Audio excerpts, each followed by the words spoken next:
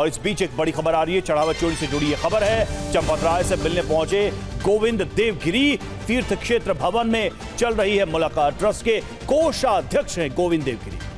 कल बजरंग बागड़ा और कृष्ण मोहन ने की थी मुलाकात। तो देखिए गोविंद गिरी पहुंचे हैं मुलाकात करने के लिए। अभी ये मुलाकात चल ही रही है। जो स्थितियां बदली हैं उसके बाद ये मुलाकात अपने आप में अहम बताई जा रही है। और कोषाध्यक्ष गोविंद गिरी जो मिलने पहुंचे हैं चंपत राय से। और आपको बता दें कि सुबह 7:15 पर गोविंद गिरी चंपत राय से मिलने पहुंचे हैं। मुलाकात अभी भी चल रही है। चंपत राय के इस्तीफे के बाद पहली बार गोविंद देवगिरी और चंपत राय की मुलाकात हो रही है।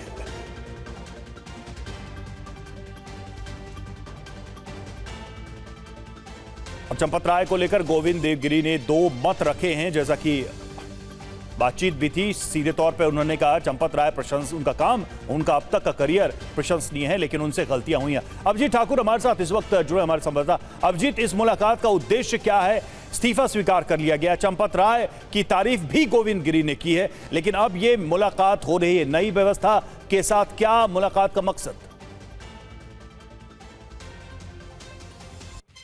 देखिए, कल जब से चंपत राय का पत्र सार्वजनिक हुआ और उसके बाद एसआईटी को जो उन्होंने बयान अपना भेजा वो मीडिया में आया, उसके बाद से ट्रस्ट में हलचल बढ़ गई है। कल कृष्ण मोहन और बजरंग लाल बागड़ा उनसे मिलने के लिए पहुंचे। 1 घंटे से ज्यादा की मुलाकात हुई और इस वक्त ट्रस्ट के महासचिव गोविंद देवगिरी लगभग 1.5 घंटे से अंदर है, उनकी मुलाकात हो रही है। और फिलहाल की अगर आपको स्थिति बताएं तो एक आंख मिचौली का खेल यहाँ पर चलता हुआ दिखाई दे रहा है। वो कैमरों की नजर से बचना चाहते हैं, इसलिए कभी गाड़ी यहाँ मुख्य द्वार पर लगाई जाती है, कभी बेसमेंट में जाती है, लेकिन फिलहाल अभी ये मुलाकात चल रही है क्योंकि बाहर कोई निकला नहीं है। तो ये स्थिति है जी। आखिरकार ये मुलाकातें क्यों हो रही है, अब इसके मायने आपको बताते हैं। जब से चंपत राय ने अपना पत्र लिखा या बयान सार्वजनिक उनका हुआ, उसके बाद से हलचल बढ़ी है, क्योंकि चंपत राय ने साफ तौर पर अनिल मिश्रा पर आरोप लगाए हैं और स्टेट बैंक ऑफ इंडिया पर आरोप लगाए हैं। जो भी चढ़ावा चोरी हुआ उसमें जो भी लापरवाही हुई उसके लिए। और उसके बाद उन्होंने एक बड़ी बात बताई उसमें कि जो एमओयू हुआ उसमें तो उनके हस्ताक्षर है ही नहीं, यानी कि जो फरवरी 2025 में एमओयू बैंक और ट्रस्ट के बीच में हुआ उससे चंपत राय अनभिज्ञ थे, ऐसा उन्होंने दावा किया है अपने बयान में, जो कि उन्होंने एसआईटी को भेजा है।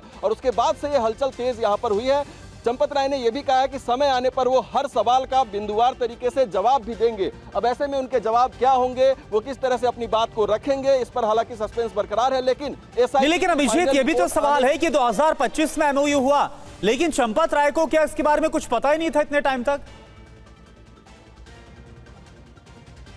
सबसे हैरानी की बात यही है कि चंपत राय कह रहे हैं कि वो उस एमओयू के बारे में उनकी जानकारी नहीं थी, उनकी कोई सहमति नहीं ली गई थी। और उनको 13 जून यानी कि 5 जून को ये घटना सामने आती है। उसके बाद 13 जून को अपने बिल्कुल अभिजीत, अब देखना होगा कि इस मुलाकात से क्या निकलकर सामने आता है। जैसा आपने बताया कि हलचल बढ़ी हुई है चंपत राय के पत्र के बाद से। नजर आप बना रखें। बहुत बहुत शुक्रिया फिलहाल आपका।